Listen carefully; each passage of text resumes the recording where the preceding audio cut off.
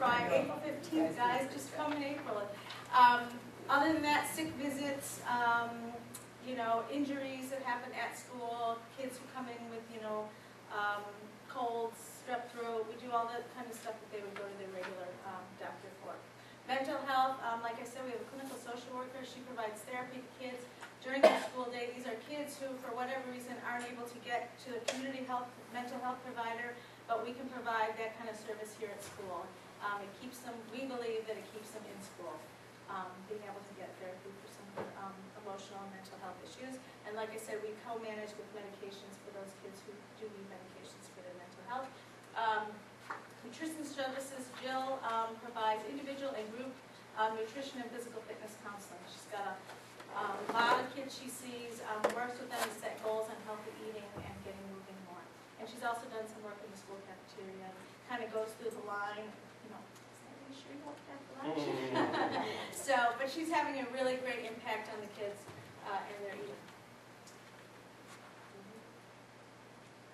Some of the other things that we do, we've had the dentist here this year already. The dentist did 44 kids doing cleanings and x-rays, and then we had 15 kids need to come back to have either extractions or, did I say fillings?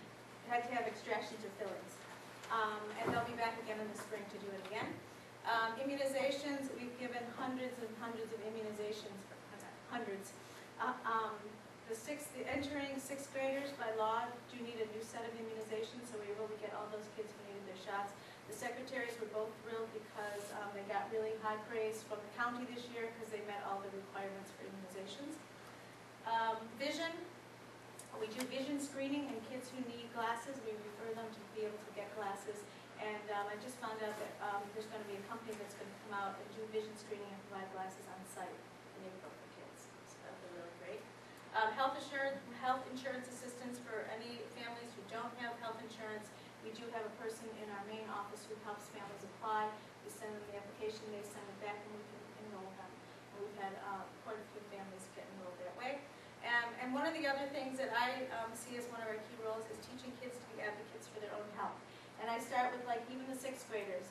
You know, I tell the teachers, oh, can I talk to them, and have the kids say, can I make an appointment? And, you know, ask them questions about their own health because they're used to going with their parents. And then when they're leaving, make sure they understand the discharge instructions and what they're going to do to follow up. And so it's just kind of the early stages, and by the time the kids are, you know, older, they are advocating for themselves in the health system, which is, you know, can be pretty overwhelming. So I like to start with that early. And some of the other things, I already talked about Medicaid enrollment. We provide community resources to families. We have connections for, you know, clothing assistance, food assistance, other community resources. So we've got kind of an assessment form that families fill out, and if they have any needs, and we try and help them get what they need. We're partnering with the other community partners in the school. We've done a really great projects with Century 21, 21st Century, 21st Century. And some of the other community organizations in the school. We had a spring festival, fall festival. We've got an art gallery that we have down there. We've had family nights where people come and spend the evening down in the area down near the health center and see the gallery, and that's been great. And we also have our Youth Advisory Council, which is a group of high school students, and they're kind of the voice of the school. They come and we talk about the issues that are affecting kids in the school, and we put on programs to try and meet those needs. We've had couple of get yourself tested events. We've had a depression event, and this year we're going to do something with substance abuse. So they are kind of the ears of the school. They let us know what's going on, and together with them we put on programs to, again, educate and meet the needs of the students. So we love being here. We love the kids. I think that they're all comfortable with coming to see us, and so we think the partnership is great. I think that it's a great program, and I'm really happy to hear about the dental services because, you know, the state has cut out dental services other than extractions, you know, and that's just a terrible thing to do.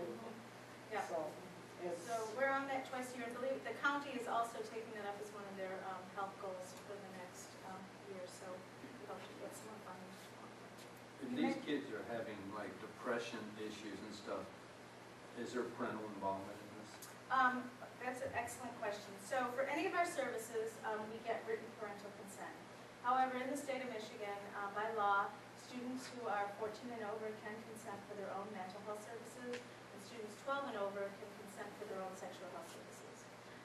But it is our policy, particularly if any student is going to be started on medication for depression, that we do get the families involved. So we wouldn't start, I would never start, anyone under 18 without parental consent. But they can come in and have talk therapy without parental consent if they're 14. Any other questions? You mentioned 44 students were seen for dental health. Is that the maximum amount that you can take? No, they'll come back as often as, we schedule 2 days, and they'll tell me if you've got 3 days, we'll do 3 days. But it's been, we need to get parents to sign the form. So I sent them out, and that's just what we got back. But if anyone has any ways to get more, they'll do as many as we have. Did it include the PLC and the ELC, the two other buildings off-site? We've had parents, with siblings here, take the form. So they'll see them, but their parents would have to bring their kids on that day, but yeah, they'll see Do anybody. they come in like a mobile bus? Yeah. Okay, is it the U of M? No, it's called Mobile Dentist. They're Dentist, okay. Smile program. It's out of Farmington, I believe. So they come in and they set up inside the health center to do the cleanings and x-rays. But then when they come to do the restorative, there's a big van parked outside. And is there any kind of talking to students about not being afraid of the dentist, that it's something that you really, really need? Is that? I'm not sure how they do it, but we haven't had anyone run away. So as long as the parents have the forms, they do the work. Okay. So they must. The mobile dentists have been in the other elementary buildings throughout the years, and they really are kid-friendly. Even kids that are a little bit apprehensive walking down before they sit them in the chair and do what they need to do to them, they've got them pretty convinced that it's going to be an okay visit, so. All right, thank you. Thank you very much. Thank you very much. And everyone's welcome to come by anytime. We're across from the band. All right. Washington Alliance for Education Resolution. Mr. President, I move the Willow Board of Education approve the following resolution that was read at the previous board meeting. If you'd like to, Mr. President, I Would you will like I'll it read read? it. I'll read it. I don't think we need to. We read it last time. And it was not changed, No, correct? right. Okay. Everything's still the same. Support.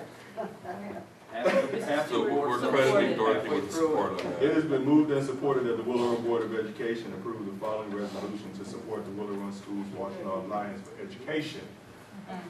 Roll call. Trustee Meadows. Aye. Trustee Thomas. Aye. I vote aye. Trustee Stewart. Aye. Trustee Myers. Aye. Trustee Stevens. Aye. And Mr. President. Aye. Motion carried. Thank you, Mr. President. You know what, when I opened up the packet, I was like, I wonder if Christine gonna read it today. All right. Approval of overnight field trip. Mr. President, I move that the Willow Run Board of Education approve the overnight field trip of Willow Run High School senior class to Kalahari Resort and Sandusky Mall, Sandusky, Ohio. Kalahari, that's what it is, Kalahari Resort. And Sandusky Mall, Sandusky, Ohio, from March 16, 2012 through March 17, 2012. Support. It's been moved and supported that the Willow Run Board of Education approve the overnight field trip of Willow Run High School senior class to Kalahari Resort in Sandusky Mall, Sandusky, Ohio, from March 16, 2012 through March 17, 2012. Yes, Ms. Webb. You have a question? Can we go? No, We're chaperone. I mean, you might not see us, but. That doesn't mean we don't care. Right. We in the area. We have a senior here that might like to talk on the subject. Yes, Ms. Webb or Ms. Wiley? Ms. Wildy, you want to speak on it or Let's just speak on the senior trip? Just let us go. That's a good argument. That's a good argument. Yeah. Ms. Webb, you got anything else to say? No, that's great. Let them go. We want to have fun. She made the motion, she seconded. There it is. But, wait before I say that. All those in favor? Aye. You better not say that. Those opposed?